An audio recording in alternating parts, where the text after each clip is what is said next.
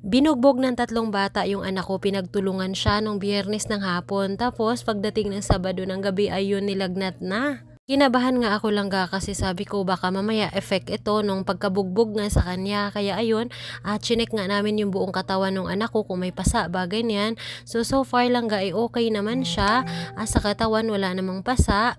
Yung sa may labi lang talaga may putok pero okay naman. Tapos kung magpatuloy talaga yung lagnat hanggang bukas, ipapa-check up ko na. Sobrang galit ko nga nung Biyernes ng hapon dahil iyon nga nangyari sa anak ko. Bali, nag-training po yan sa athletes. At yung mga kasamahan nga niya sa team ayun nagkapingunan, pinagtulungang bugbugin yung anak ko. So sobrang galit ko. Actually, nagpunta na ako sa principal, nakausap ko na.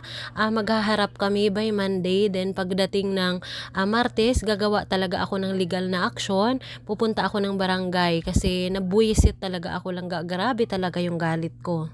Isipin nyo naman mga langga, yung anak ko na iningatan ko ng todo, hatid sundo ko pa yan sa school.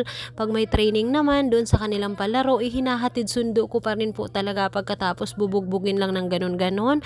Kaya hindi po talaga ako papayag na wala akong legal na aksyon na gagawin. Inaantay ko na nga lang yung pag-uusapan namin sa Lunes kasi nakausap ko na rin talaga yung principal ng school and then yung may hawak din sa athletes doon sa school nga kung saan nag-aaral yung anak ko. So mag-uusap kami ng Lunes. So nakadepende doon sa bata kung matino makipag-usap sa akin. So kung paloko-loko siya, diretso ka sa ng barangay para damputin ng DSWD kasi grabing galit ko talaga langga. Hanggang sa mga oras na to na nagvo-voice over ako, grabe pa rin talaga yung lagnat ng anak ko. So ayun, kaninang umaga nga, bumili nga ako dito ng tempra para humupa yung kanyang lagnat or mawala yung kanyang lagnat. Pagkatapos pati ubo kasi grabe yung ubo niya. Mahirap pa naman tong anak ko pag nagkasakit kasi suka ng suka, halos hindi talaga yan makakain kaya yan talaga yung inaalala ko lalo nang maliit yan langga. Pag nilalagnat yan, napupunta po talaga kami ng hospital kasi kailangan niyang i-dextrose kasi hindi siya makakain, sinusuka lang ang lahat. Mabuti nga ngayon, tinatakot ko siya, sabi ko once na hindi mo pilitin yung sarili mo kumain, dadalhin kitang hospital, tutusukin ka na naman. Pero bukas nga ng umaga ipapa-check up ko talaga to kasi kabado ako langga. Hindi ko kasi alam kung coincidence lang ba ito na binugbog nga siya nung Biyernes nga ng hapon tapos pag dating ng Sabado ng hapon inilagnat. So sabi ko baka nga mamaya effect nga yun doon. Pero chinek naman namin yung katawan niya, wala naman ang pasa. Yung bukol naman niya sa ulo okay naman na. Imagine naman kasi tatlong bata pinagtulungan siya. Kinausap ko nga yung high school na nagturo nga sa kanila.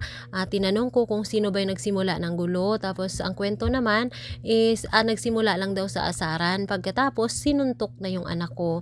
Yung anak ko ipalaban yan. Lumalaban talaga lang hindi talaga yan nagpapatalo basta-basta. Ayun, pinagtulungan ng tatlong bata. Gigil na gigil talaga ako nung araw na yun nga mga langga. Nasa lubong ko na pala yung mga bata na bumugbog nga sa anak ko pero hindi ko alam. Yung anak ko naman kasi hindi naman nagkwento.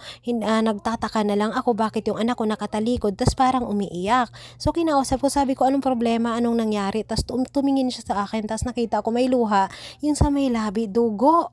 Tumaas yung boses ko, sumigaw na ako. Tapos ayun, nilapitan ako nung isang teacher, taga Marikina Heights yun. Ang sabi niya, yun nga daw yung nangyari. So ayun, hindi ko na nahabol yung mga bata kasi huli na nga sila na nagsabi na yun pala yun. Pero alam nyo lang mabuti na lang din siguro na hindi ko nga naharang yung mga bata kasi super init yung ulo ko. Tapos baka kung anong magawa ako nga dun. Kasi baka hindi ko mapigil yung sarili ko tapos masaktan ko yung mga bata na ako talaga naman. Imagine naman ninyo lang, hindi lang kasi yung first time na nangyari na rin yan sa school. Yung anak ko muntikan din yan saksakin, mabuti may umawat. Tapos yung bata na yun is pariwara talaga. Nilipat na nga yun ng ibang section pero ayun nag-abot na naman. Kaya ayun sabi ko nga hindi na talaga to pwedeng maulit kasi baka mamaya madisgrasya nga. Sabi yung pag-iingat ko nga sa anak ko pagkatapos ganun-ganun lang yung gagawin nila. Kung kayo nga lang nangyari nga yan sa inyo, ano ba yung gagawin ninyo? Sa tingin ba ninyo OA ako? Or pwede nyo ba akong payuhan? I-comment nyo nga dyan sa baba kung ano yung mga dapat gawin sa mga ganitong bagay. Alam ko naman na normal lang talaga na magkapikunan yung mga bata pero ibang usapan na kasi pag yung saksakan na yung mga ganyan, ibang usapan talaga kasi nangyari yan sa school na yung bata may bitbit nga na patalim tapos muntikan nga yung anak ko, mabuti na lang may umawat. Yung anak ko pa naman walang takot, lumalaban din talaga. Kung kayo ba na nasa kalagayan ko, ano yung mga dapat bang gawin? Or kung sino yung mga naka-experience na nga ng ganitong case, payuhan nyo naman ako kung ano yung dapat gawin or ano yung mga hakbang na dapat kong gawin. Sa totoo lang, nakakakaba talaga pag lumalaki na nga yung ating mga anak kasi kahit anong bantay nga natin at 'di ba hindi naman natin pwedeng bantayan 24 hours lalo na ganyan nasa school or nasa playground, nakakakaba lang talaga. At sana nga din talaga mapayuhan nga ninyo ako, yung mga nanay diyan na naka-experience na nga ng ganitong pangyayari. Kasi sa totoo lang nakakainit po talaga ng ulo, nakakapanginig ng laman, 'di ba? Yung anak mo na ingat ka, ganyan.